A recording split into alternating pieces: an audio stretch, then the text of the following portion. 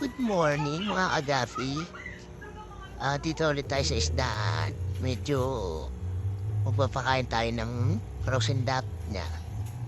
Kaya tinabigan ko na siya kaya medyo natunaw na yung pagka-frozen. Stuck na rin kasi.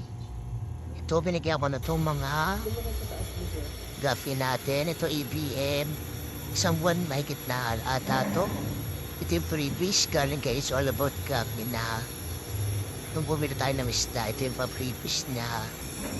Kasi ito yung ABM na binili ko. Ay, It's All About Coffee. Yan no. Medyo, ewan ko, stress ata ito si Big Mama. Di pa rin nagda-drop. Tapos ito yung Blue Moscow. Kaya sa atin yan ng tropa. Ayan o, buntis na naman yung dalawa. May dalawang batch na sa akin yan. Tapos ito yung tab ng YKC. Ayan, pinababayaan ko lang sila dyan.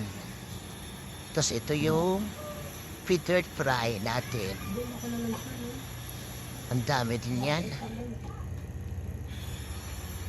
Ayan o. Favorite nila yan, mga frozen duck niya.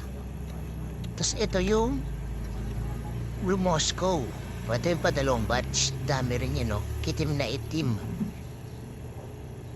Itim na itim pa yung fry niya pero ewan ko lang kung gufagong kulay. Kaya nasa 6-7 liters gallon sila. Ito yung HB Blue. Ito yung kauna-unahan kong. Anak to nung kauna-unahan kong gapi. Kaso namatay. Ewan ko bakit. Tapos ito yung mga Blue Panda. Ayan.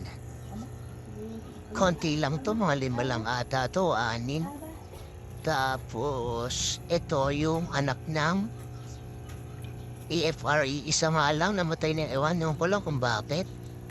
Tapos ito yung AFR. Tagal nilang mag-drop. Oo, buntis. Tapos ang lumot ng kanilang tab. Overfeed siguro. Tapos ito yung Blue Panda natin.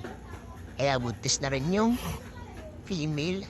Sana mag-drop na. Yun lang.